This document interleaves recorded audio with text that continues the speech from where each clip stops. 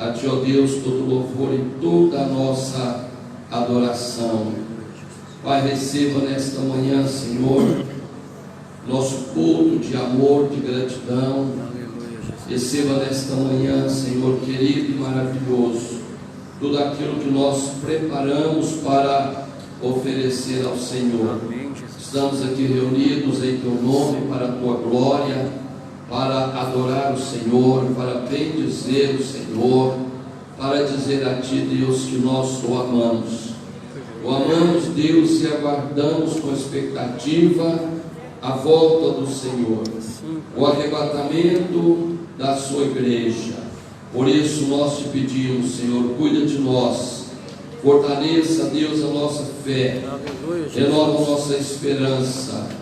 Não permita, Senhor, que nós paremos na caminhada, que nós possamos, ó Deus, seguir em direção à promessa que o Senhor fez para cada um de nós, que é a promessa da vida eterna. Amém. Pai, guarda-nos, ó Senhor, neste mundo, Deus, tenebroso. Guarda-nos, ó Deus querido e amado, mas que nós como igreja possamos estarmos, ó Deus, preparados e prontos, porque aquele que há de vir, Ele virá. Diz a palavra do Senhor, Ele virá, Ele não tardará. O Senhor vem para buscar a sua igreja, e nós estamos, Deus, esperando e aguardando com alegria e com expectativa no nosso coração. Amém, queridos? Glória a Deus. Em pé, como os irmãos estão, abra sua Bíblia no livro de Gênesis, capítulo de número 50, verso de número 20. Se a Simone quiser projetar para mim aí, fique à vontade, viu, Simone? Gênesis capítulo 50, verso de número 20. Queridos, eu quero nesta manhã estar aqui compartilhando com os irmãos de uma palavra, e eu achei muito propício colocar um tema nesta palavra, que é o seguinte: quando o mal se torna em bem. Vocês já ouviram falar isso alguma vez? Que o mal pode se tornar em bem? Já ouviram falar? Alguns balançaram a cabeça, outros, né? Porque na realidade o mal, ele é mal. O mal, ele sempre é mal. E aí você pode perguntar: pastor, mas como é que o mal pode se tornar em bem na minha vida? Isso aí depende da maneira e da ótica que você encara o mal, porque tudo tem a sua perspectiva, seu ponto de ver e de analisar, não é verdade? Quando eu lutei contra um câncer, muitos irmãos aqui sabem do que eu passei, foi o mal que veio, mas a minha fé e a minha mente, o meu emocional, fez com que eu acreditasse que aquele mal se tornaria em bem para a minha vida. E foi o que aconteceu. Quando muitos depois disseram para mim assim: pastor, eu nunca falei, mas eu sempre pensei que o senhor não escaparia dessa. Muitas pessoas pensaram assim, mas eu olhei de uma outra forma, uma outra ótica, tive uma outra visão, e eu entendi que Deus estava me usando com aquele mal para depois testemunhar, para que pessoas pudessem então acreditar e crer que existe um Deus que torna o mal em bem. Gênesis capítulo 50, verso de número 20, diz assim a palavra do Senhor. Todos encontraram? Quem encontrou, diga amém. Gênesis é o primeiro livro da Bíblia, viu? Tá certo? A Simone colocou aqui para ficar mais fácil para a gente ler, e Gênesis capítulo 50, verso de número 20. Esta palavra, que é uma palavra que José falou para os seus irmãos no reencontro que eles tiveram no Egito. Então José falou para eles assim: vós bem intentastes mal contra mim, porém Deus o intentou para bem. Presta atenção na fala de José. Vós bem intentastes mal contra mim, porém Deus o intentou para bem, para fazer como se vê neste dia, para conservar muita gente com vida. Pode deixar o texto aqui, Simone, podem se assentar. Queridos, nós conhecemos, alguns conhecem a história de José. Eu já falei aqui que José era um moço sonhador, era um moço que tinha projetos, era um moço que pensava no futuro. E ele então, naquele tempo, o que ele fazia? Ele tinha sonhos. E ele então contava para os seus irmãos aquilo que ele havia sonhado. E nos seus sonhos, ele sempre estava sendo exaltado e os seus irmãos humilhados. Ele sempre crescia nos sonhos e os irmãos diminuíam. E um dos últimos sonhos que ele teve, ele sonhou que ele era um ramo que crescia e os seus irmãos eram ramos que se curvavam diante dele. E os seus irmãos então não aceitavam os sonhos e os projetos de José.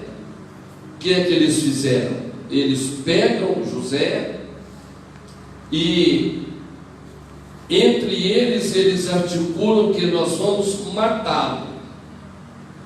E ele era o filho caçula de Jacó. E José então é levado pelos seus irmãos para ser morto como eles haviam planejado. Mas aí os irmãos ficam com dó, jogam ele dentro de uma cisterna, onde ele não poderia sair pela fundura daquela cisterna, e ele fica ali, e eles começam a voltar para casa pensando no que falaria para o pai, e aí eles voltam do meio do caminho, tiram ele daquela cisterna, e vem uma caravana de mercadores de escravos em direção ao Egito. E eles então dizem: em vez de matá-lo, vamos dar ele para essa caravana de mercadores, e eles vão levar ele para longe. E assim fizeram. Pegam a túnica dele, matam um animal e passam ela no sangue do animal, para chegar em casa e dizer para o pai que um animal havia pegado José e o havia matado. Irmãos, eles intentam o mal contra José. E aí José é levado, vai para o Egito. Chega no Egito, ele é levado para servir na casa de Potifar, que era o rei do Egito. E ele chega lá, um moço educado, um moço fino, mas algumas coisas começam a acontecer contra a vida dele, justamente pela pessoa que ele era. E aí então começam a articularem o mal contra a vida dele, e de repente, servindo na casa de Potifar, o que acontece? A mulher de Potifar ela quer seduzi-lo. E ele, respeitando o seu senhor, ele evita de todas as maneiras se relacionar com ela. E um dia, quando ela queria de toda forma relacionar com ele, ele tenta sair da casa e ela então o puxa e fica com a túnica dele na mão. E ela então fala para o seu marido que ele tentou induzi-la. E ele então é lançado na prisão.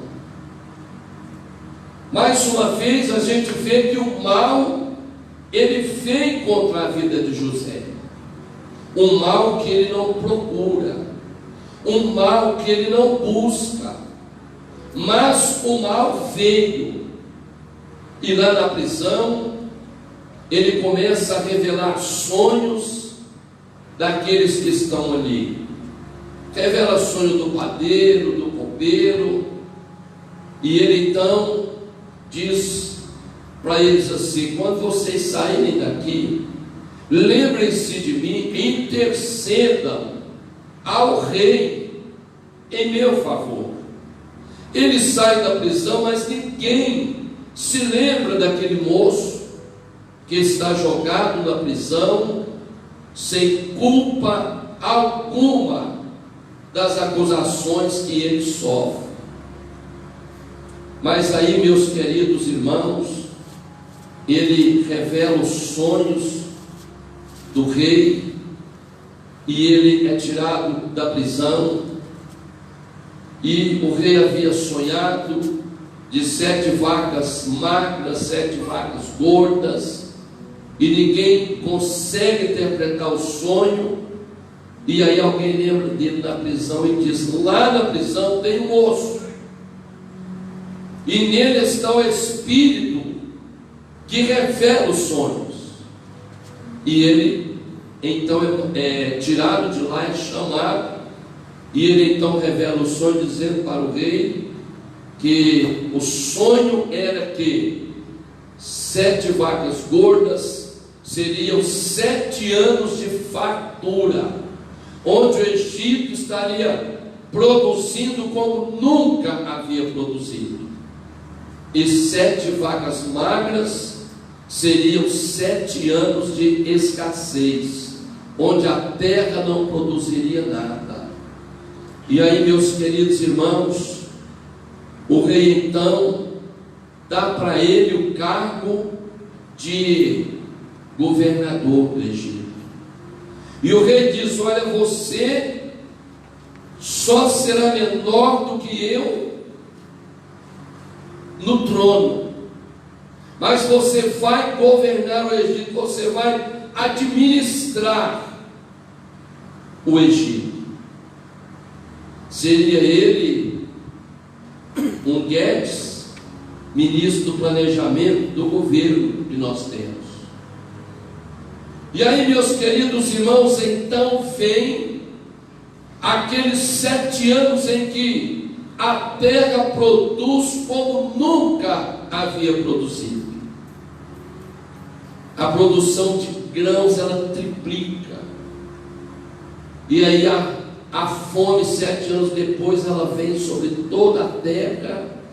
E o Egito tem mantimentos estocados em toneladas.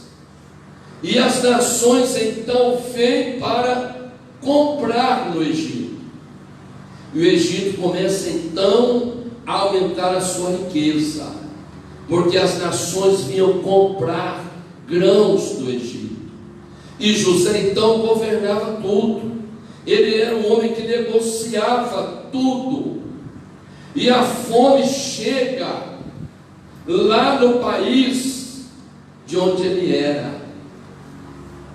E aí os seus irmãos saem de lá, o pai já muito velho, e eles vêm para buscar mantimentos do Egito. E aí José que negociava tudo, os chama para tratar de negócios. E José então os reconhece. José olha e os reconhece, mas eles não conseguem reconhecê-lo, porque os anos se passaram, ele cresceu, e agora eles nunca poderiam imaginar que aquele adolescente que eles entregaram para uma caravana de mercadores pudesse agora ser governo de um país como era o Egito. Porque naquela época a cultura egípcia era a maior cultura que havia.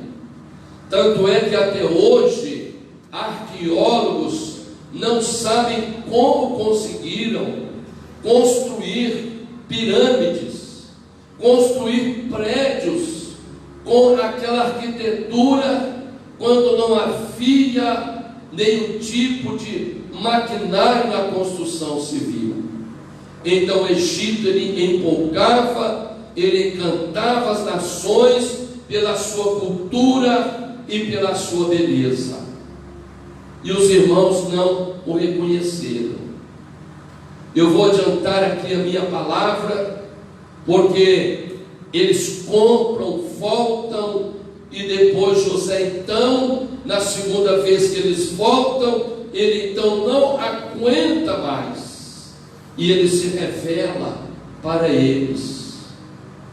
E aí, nesta revelação, quando eles ficam sabendo que o homem que governava o Egito era José, aquele irmão que sonhava e que eles o invejavam e tentaram acabar com a vida dele, aí então José fala isso aqui para eles, para os seus irmãos: vocês intentaram o mal contra mim, porém Deus o intentou para bem, para fazer como se vê neste dia, para conservar muita gente com vida.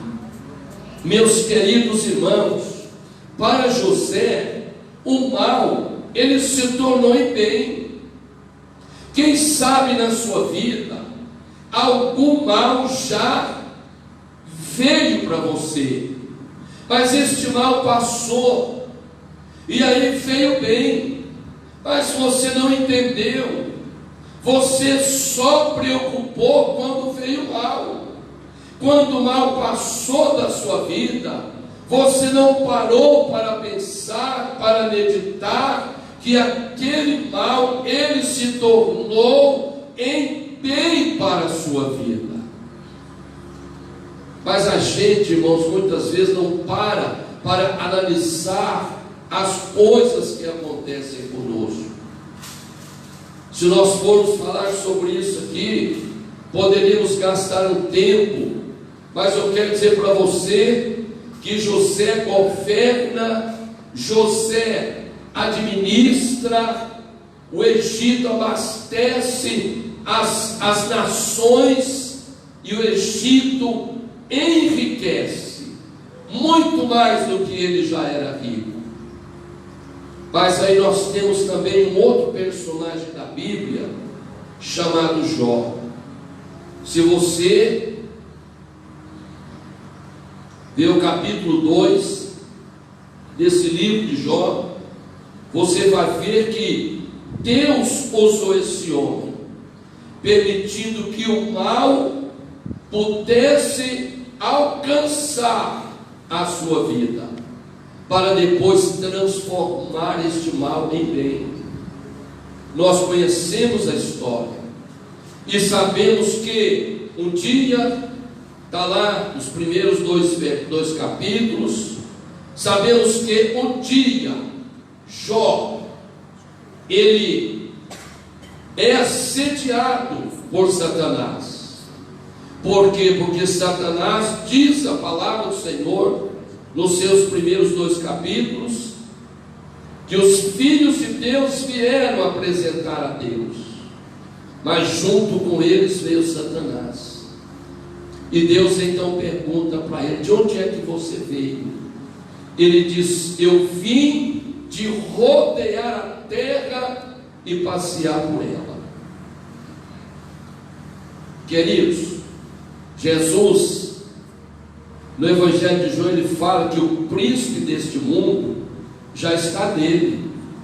Ele só não manifestou ainda porque o Espírito Santo de Deus não permite. Mas ele já está no mundo. E nós vemos a atuação dele, a manifestação dele, na maldade, na crueldade, nos suicídios que a gente ouve falar. Mas ele, mesmo ainda sendo retido pelo Espírito Santo, ele arquiteta e ele ainda usa pessoas para executar o mal. E ele apareceu lá. E Deus então pergunta para ele: você viu lá na terra o meu servo Jó? E Deus fala das qualidades de Jó. Deus fala: ele é justo, ele é temente, ele é íntegro e se desvia do mal. Olha, meus queridos irmãos, a qualidade que o homem tinha. Tanto é que Deus faz menção das suas qualidades para Satanás. E Deus fala: porque não há na terra ninguém semelhante a ele, íntegro, reto, temente a Deus e que se desvia do mal. Irmãos, qualidades de um homem que conhecia a Deus, de um homem que servia a Deus. E aí Satanás aproveita a deixa e fala para ele: tudo que o homem tem, ele dará pela sua vida. Ele é fiel porque ele é coberto de riqueza. Tira tudo que ele tem, e aí ele vai blasfemar de ti. Irmãos, Deus então não tinha como voltar atrás. Mas Deus conhecia Jó. Deus sabia quem era Jó. E Deus aposta todas as suas fichas em Jó. E Deus fala: então tira tudo dele. Você só não vai tocar na sua vida. E aí, querido, Satanás tira realmente toda a riqueza que ele tinha. Lá no capítulo de número 2, fala que ele era o homem mais rico do Oriente. E ele perde tudo aquilo que ele tinha. E a mulher dele, quando perdem tudo, ela aproxima dele e fala para ele amaldiçoar Deus. Ele diz: mulher, nu eu saí do ventre da minha mãe, e nu eu voltarei. O Senhor deu e o Senhor o tomou. Em tudo atribuía Jó ao Senhor. O Senhor é que deu, o Senhor é quem tirou, é Ele que tomou. E aí, queridos, novamente acontece o mesmo episódio. Satanás volta, e aí Deus fala: viu? Não falei para você que ele é fiel? Satanás novamente fala: então toca na vida dele. Deus falou: eu te permito fazer isso. Pode ir lá, pode tocar na vida dele. Você só não tem autoridade e poder para tirar a vida dele. Aí vem o que? Vem uma lepra, aí vem uma doença.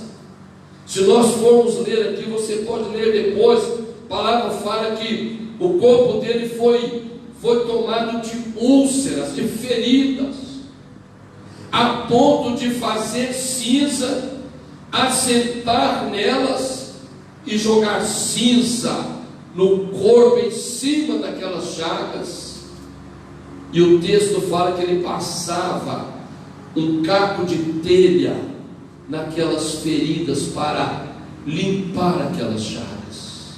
Ele ficou totalmente coberto de lepra, totalmente coberto de lepra, mas mesmo assim, aquele homem não blasfema.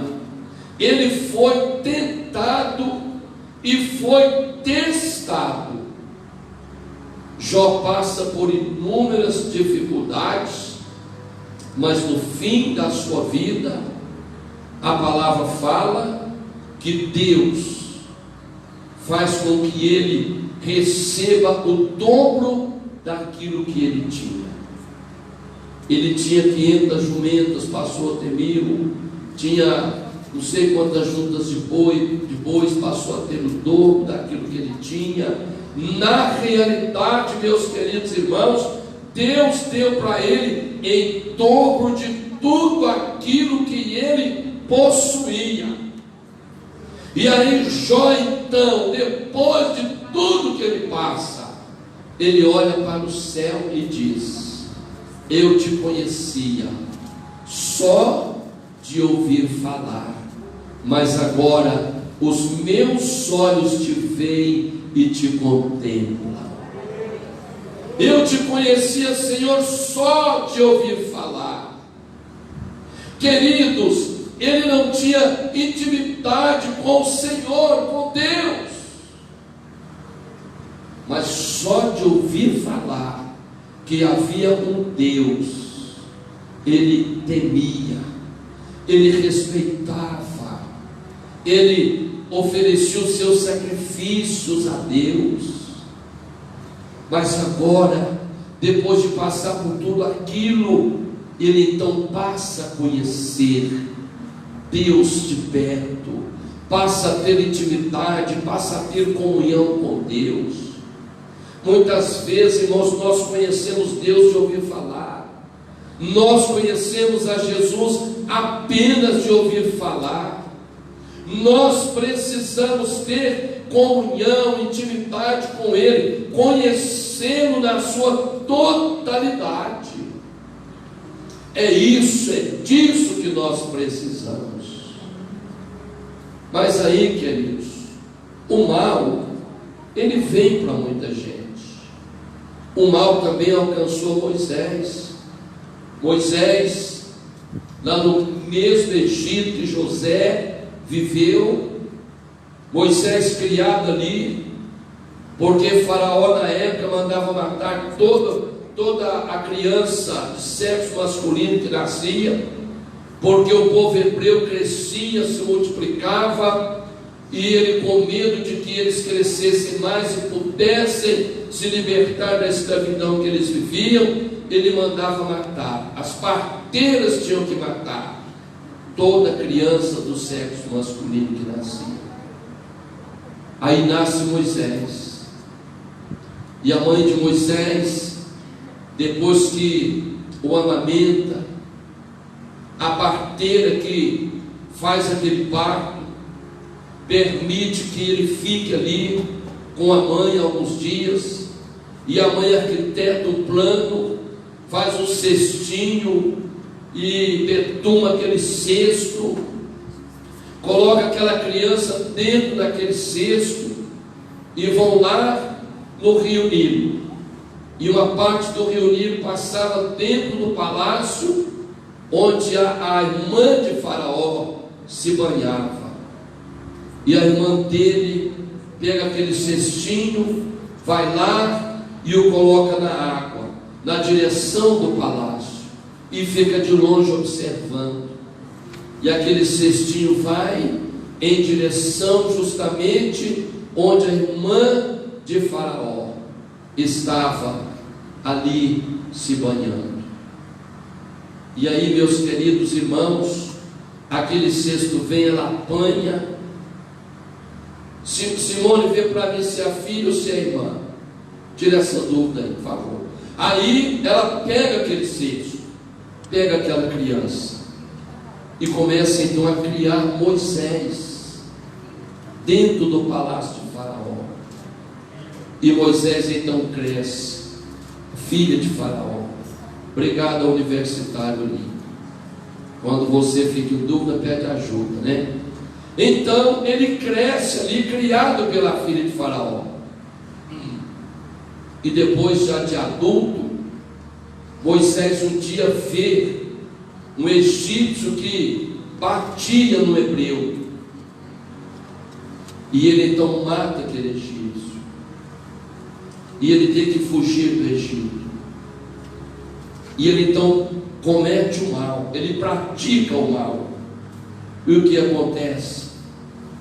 Deus manda Moisés ficar 40 anos no deserto. Ele vai para uma região chamada Midian, e ele fica 40 anos ali no deserto. Deus falou: vai para lá, Moisés, fica lá um tempo para você esfriar a cabeça. Mas Deus já sabia o que ele ia fazer com Moisés. Depois de 40 anos, Deus o chama de volta para ser o libertador de Israel, para ir lá, para tirar o povo de Deus cativo, escravizado lá do Egito. E aí Moisés então agora volta como pastor, depois de 40 anos apacentando ovelhas do homem que torna o seu sogro Jetro. Ele volta como pastor e ele então resgata, ele tira do Egito o povo hebreu, o povo de Deus. E aí eles caminham, e todos nós sabemos que há aquele milagre extraordinário em relação à abertura das águas do mar, onde Moisés passa com aquele povo e vão em direção à terra prometida. Aí o mal que vem para a vida de Moisés, eles se tornem bem, porque eles entram na terra que Deus havia prometido, uma terra que produzia leite e mel em abundância, uma terra fértil, uma terra produtiva. E Moisés então leva o povo. O mal de outrora agora também se transforma em bênção para a sua vida. Mas quantos outros homens não viveram isso? Davi, Daniel, quantas pessoas que primeiro viveram o mal, primeiro experimentaram o sabor do fel, o sabor do amargo, para que depois eles pudessem então experimentar o gosto do mel. Queridos, o mal que Deus permite que venha sobre nós, ele vem para se tornar em bênção para a nossa vida. Quantas vezes nós conhecemos alguém e muitas vezes esse alguém, ele tem inveja, não quer que nós prosperemos, que nós cresçamos, mas a gente pensa que é uma pessoa do bem, mas de repente essa pessoa nos causa o mal. E aí nós vamos descobrir que aquela pessoa não era uma pessoa amiga, e nós nos afastamos desta pessoa. E aí esse afastamento começa a produzir o bem para a nossa vida.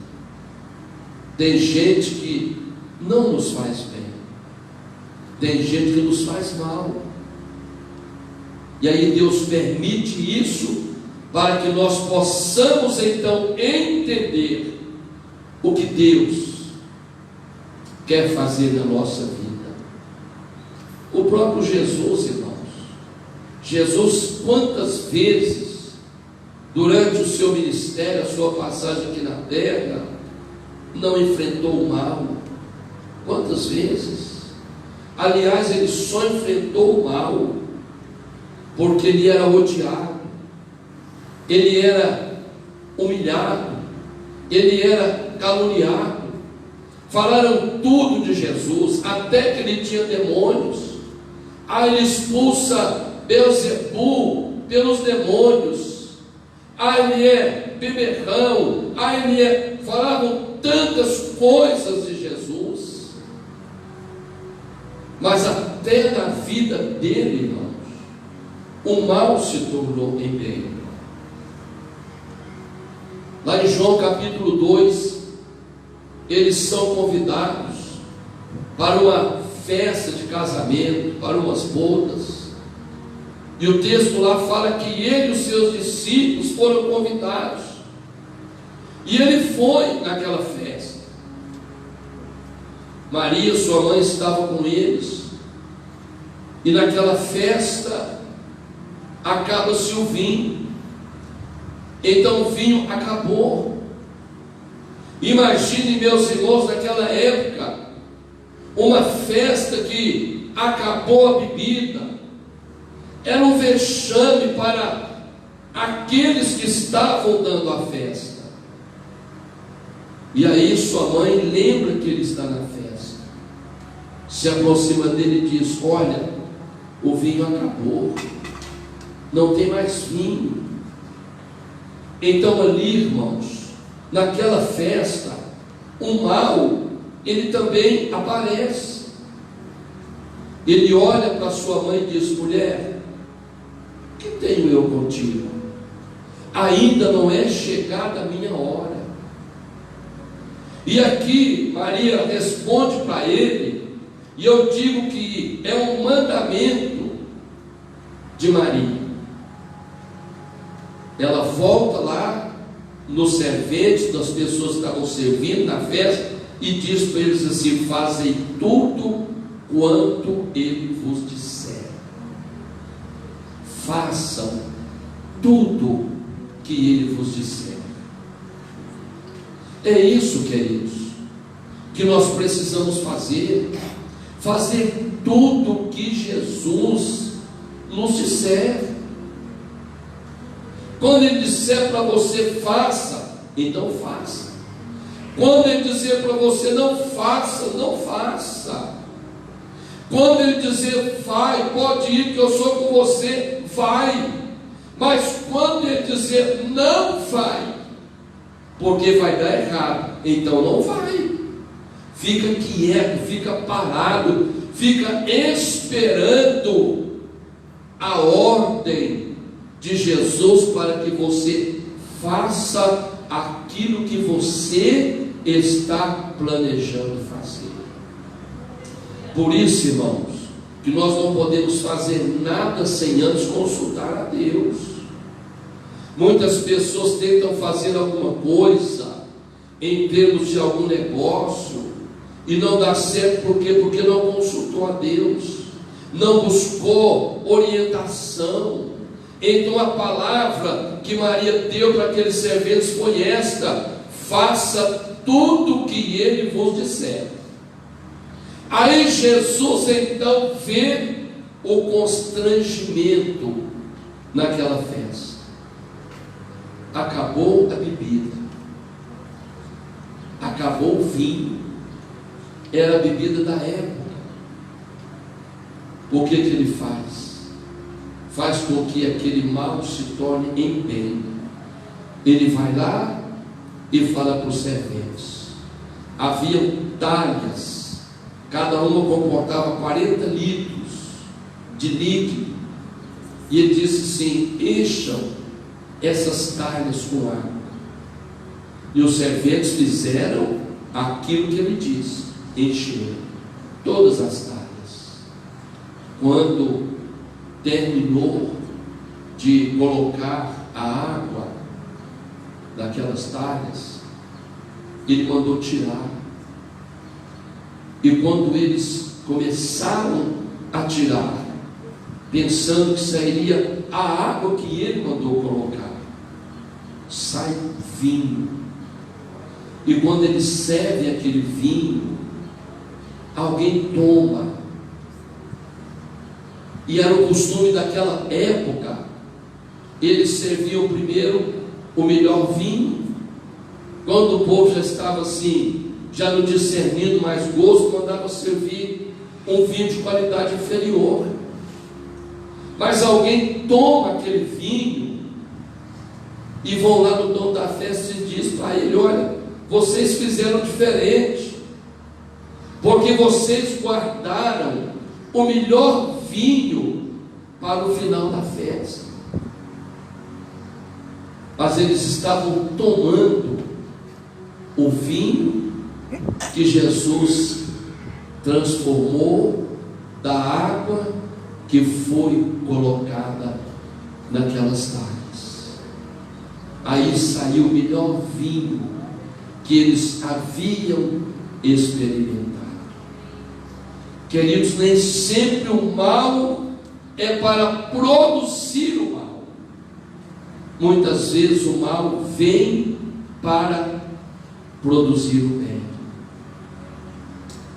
Eu vou finalizar dizendo que os evangelhos, eles narram a multiplicação também de 5 pães e 2 peixes, que alimentaram só homens, haviam 5.000, mais mulheres e crianças. Jesus, no seu sermão, a multidão se aglomerava e já havia passado quase o dia todo.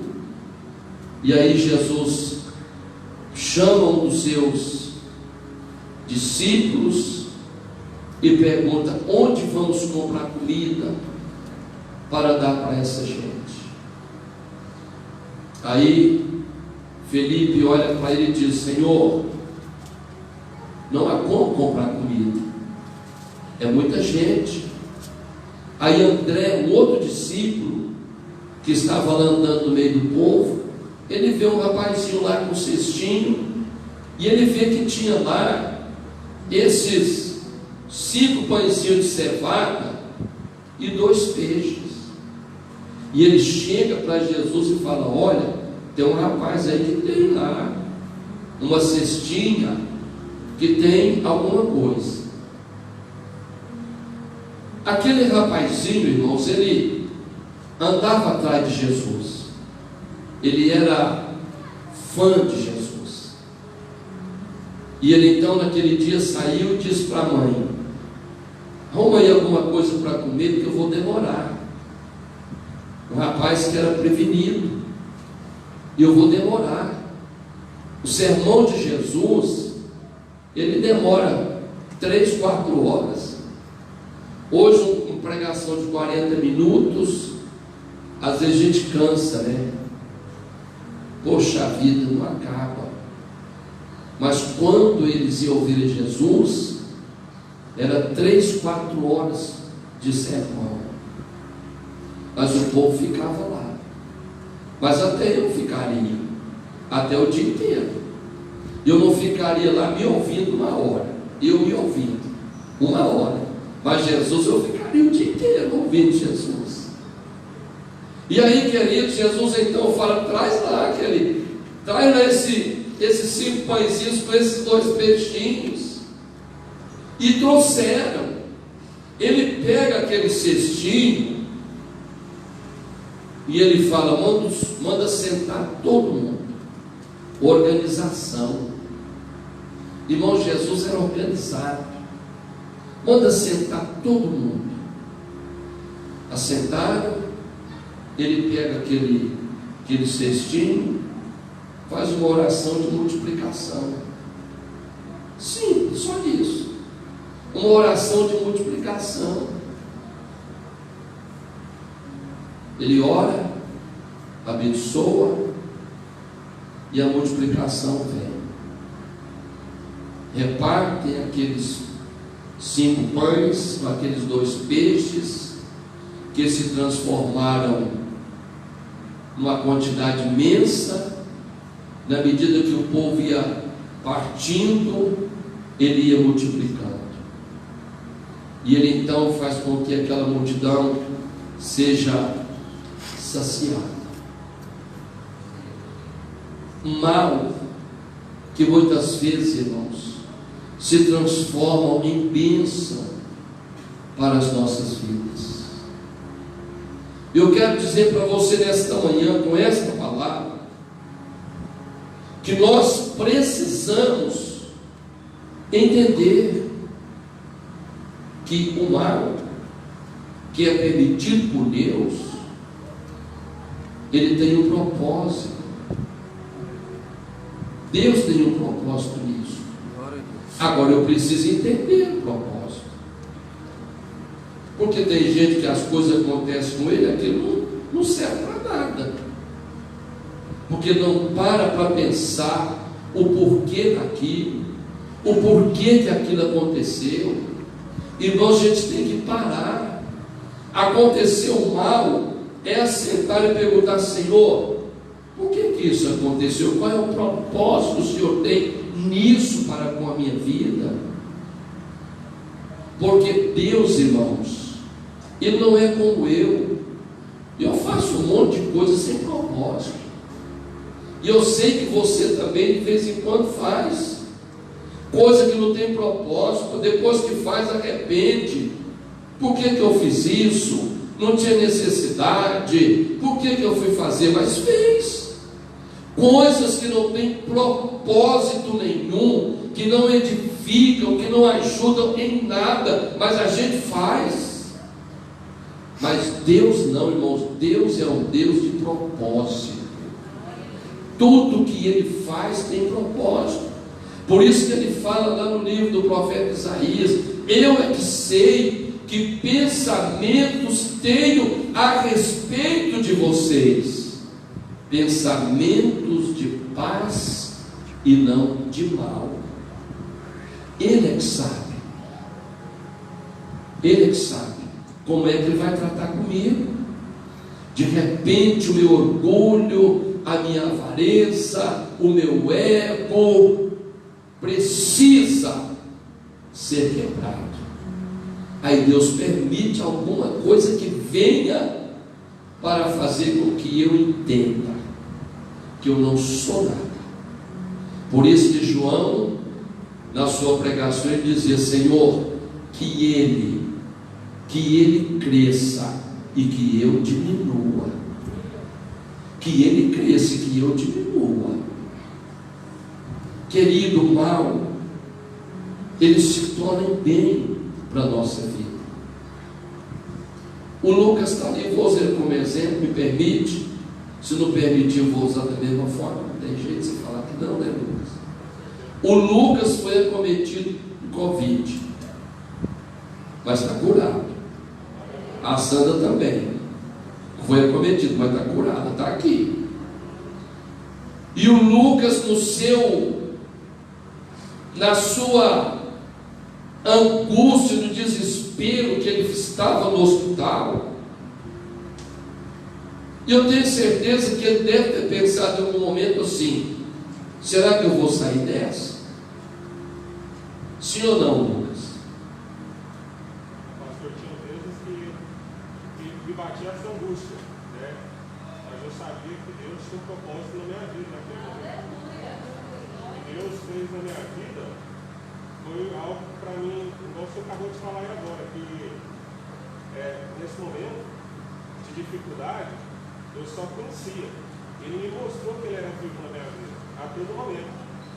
Até então, no momento, eu posso dar um testemunho rapidinho, pastor? Pode, eu queria deixar para outro dia por causa do áudio. Não, então eu vou deixar o áudio então, aí eu falo. Eu acho melhor, porque aí vai criar uma expectativa em nós. A gente fica doido para falar sobre as coisas. Isso. Glória a Deus. Aleluia. Então, irmãos, como eu disse, teve um momento que vinha angústia. Imagine sem respiração, no respirador e aquela coisa toda. Mas quarta-feira, ele conversando comigo depois do culto aqui, ele falou para mim o que é que isso produziu para a vida dele em termos espirituais e de gratidão. E ele disse: pastor, eu não quero ficar sentado no banco, eu quero fazer alguma coisa na casa do Senhor. e eu quero trabalhar na casa do Senhor, acho alguma coisa para mim e a Tatiana fazer na igreja. Aí é um mal que se torna em bem. Porque quando Deus, irmãos, permite que isso aconteça, Ele permite para que nós possamos entender que é um propósito de Deus e que deve haver uma mudança na nossa vida. Amém? Vamos colocar em pé, por favor, em nome de Jesus.